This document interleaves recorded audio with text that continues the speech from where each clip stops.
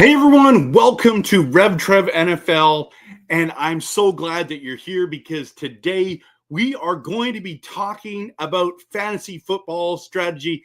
Yes, I believe that zero RB strategy is absolutely stupid. It's absolutely stupid. What happened is the pendulum has swung and people are believing that it's the only strategy or the main strategy that works every single year. I would really like to push back and say, actually, it could be the worst strategy, one of the worst strategies that you could do this season. So please stick around and check this out. I'm not going to go into a promo video or anything like that, but I've got all kinds of different places where you can catch my content on the NFL, on fantasy football, on my Green Bay Packers. But even though I'm a Packers fan, I try to bring passionate, realistic, and honest content. I love fantasy football. If you want to compete and contend and win fantasy football championships, yes, championships, I've won 5 in my most important league, then follow this advice because I'm telling you right now, and the question is RB or zero RB stupid fantasy football draft strategy? Answer that question in here. Someone's going to be sitting there going, RevTrev, it's not stupid. I won a league one time with it. I had people say, oh, I won a league with it. Yeah, was it last year? No, it wasn't. They're like, yeah, it was. I won a couple leagues. Okay, well, you were in 34 leagues and you won one?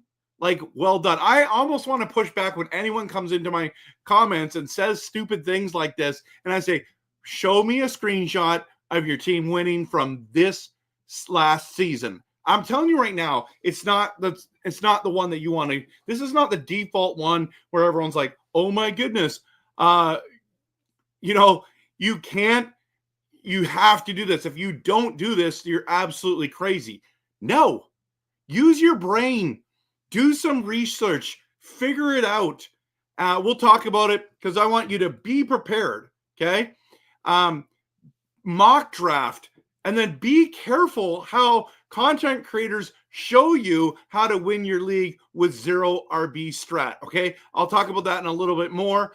What is a zero RB? Okay, so you can't draft a running back until round 6 or after.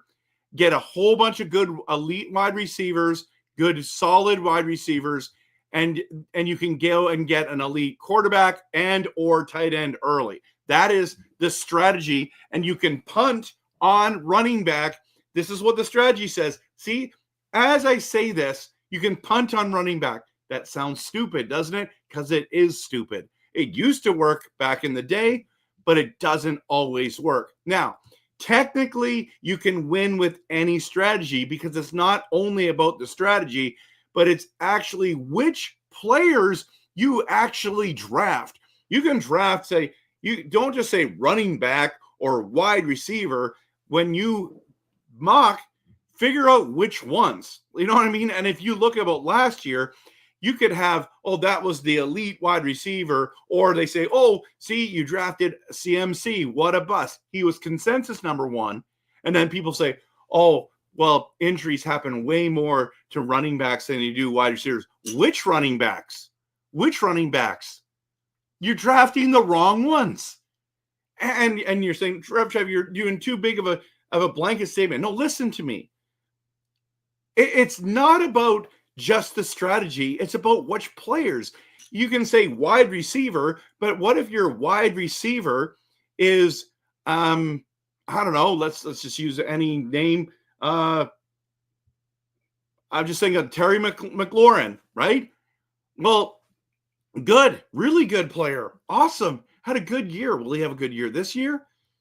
You know what I mean? Like, just start like Calvin Ridley. Not a great guy. I mean, for last, I'm just kind of blanking a little bit about something like CeeDee Lamb last year wasn't great, right? And he's a consensus top 3 pick now. And there's nothing wrong with that. And I'm not saying he's not a good player and he's not worth drafting. What I am saying is it's not just about the strategy. It's about who you're actually selecting and who's available. It's about tiers. It's about all kinds of different things, right? So just a reminder, everyone, that zero RB strategy is stupid strategy because it decreases your chances of winning a fantasy football championship.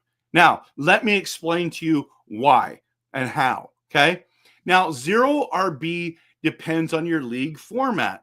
If you're going full PPR, 2 or 3 flex options, and I'm not talking about super flex, just talking about normal flex, wide receiver, running back, maybe even tight end in that flex, it might work. And I want to put might work, okay? But in any other format, it makes it harder, not easier to win a fantasy football championship. So I would say this full PPR, 2 to 3 flexes, that is one where you would consider this. And I know that technically you can win with any strategy, but I'm telling you, there's better strategies this year, okay? I'll tell you why. When you can't draft a running back until round 6 or after, listen, it makes you have to work harder in a season. You must be a master of the waiver wire and make some absolutely clutch trades. Now, let me tell you why that has big holes in it. Number one is on trades. Part one is trading is already difficult to do. Have you not noticed that in your leagues? Try to make a trade. See how difficult it is just to make a normal trade in there and how lopsided people send trade offers to you. It is crazy. I found that trading has decreased in a lot of my leagues, not increased. Because why make trades without leverage? You're like, I have no running back. They know that, right? And that's the second part is league mates will not give you a break and to gift you a running back. They see your team. They're like, man, he needs one badly. Now he's going to have to overpay. He's going to have to overpay. They hold all the cards. Why not draft a running back earlier and make it easier on yourself? Trades are already hard to do. Now it's like I have no running back or no great running back, and now I'm going to have to give up an elite wide receiver to go get a number 2 or number 3 running back. And it's just like, why don't you just draft one earlier?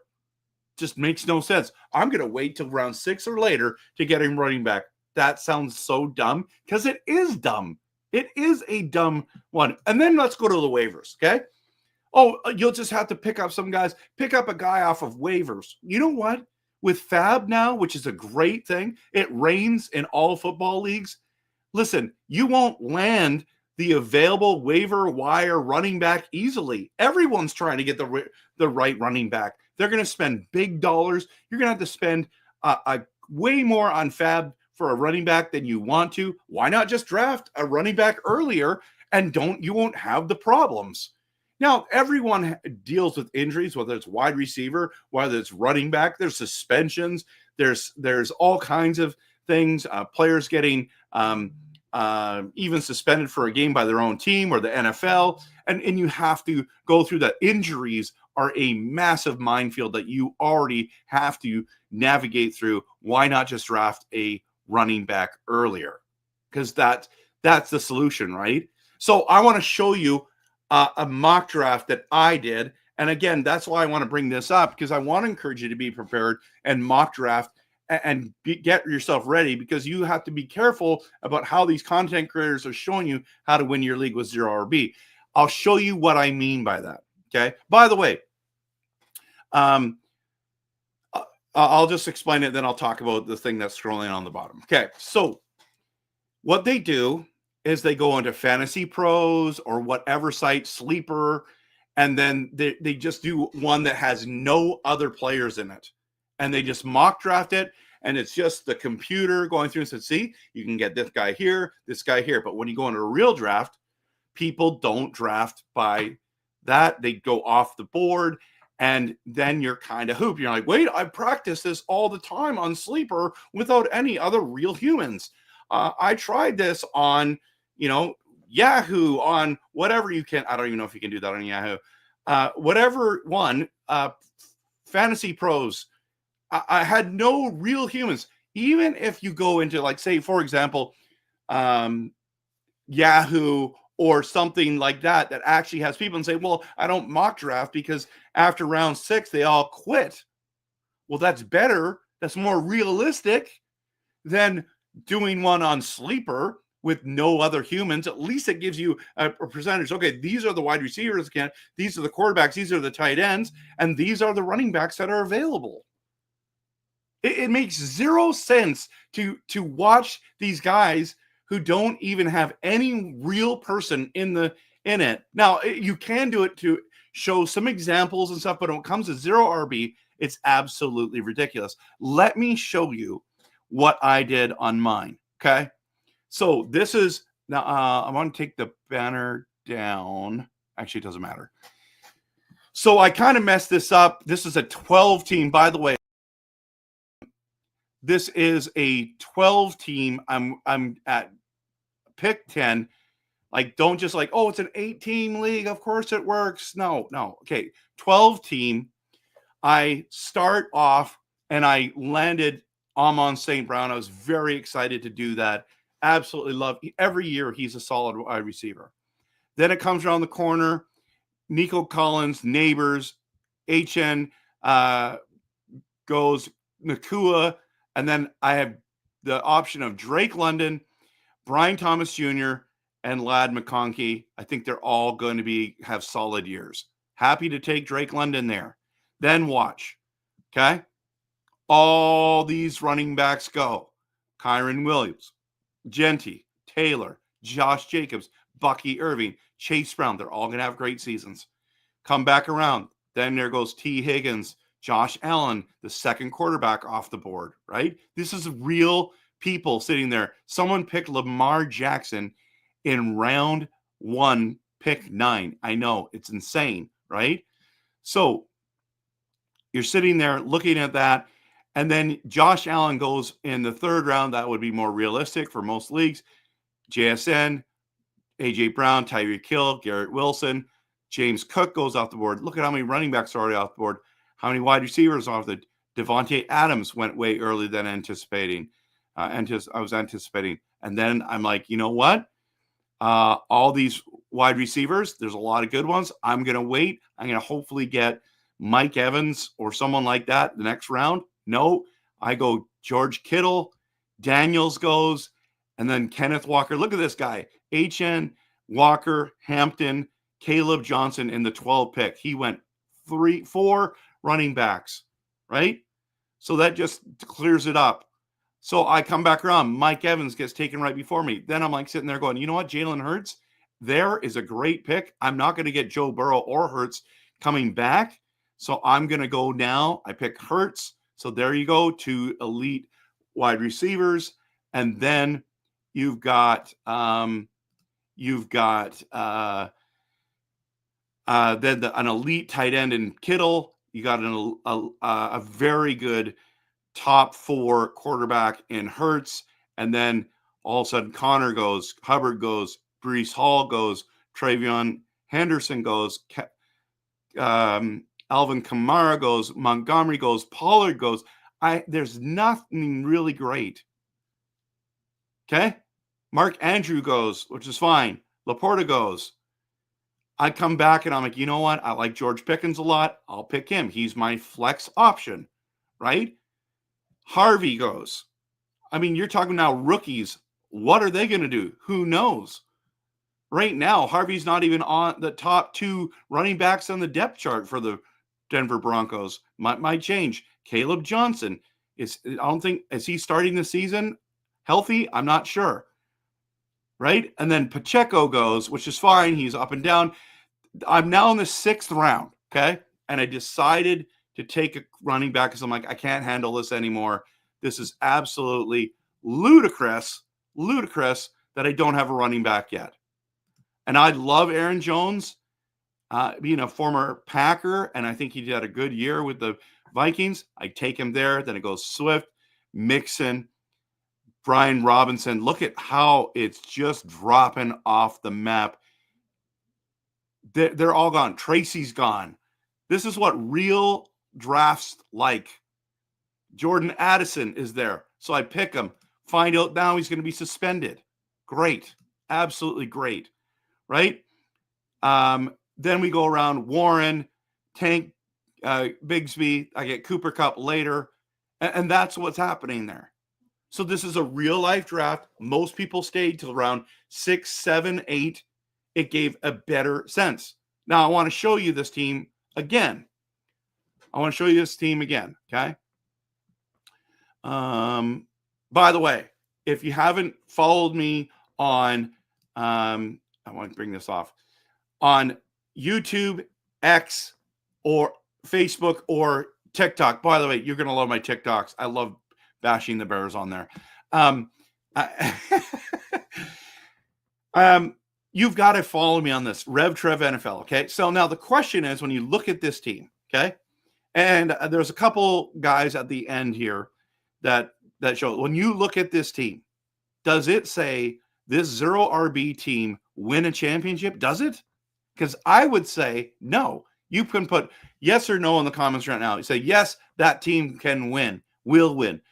It's possible if everyone else and every other team gets hurt.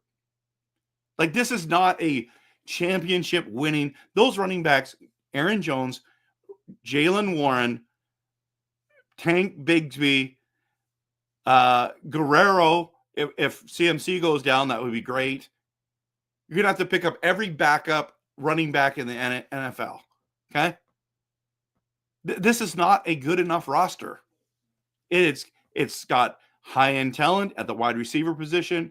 It's got a very consistent tight end and a quarterback who didn't play great last year, but is projected to get 340 fantasy points. Okay?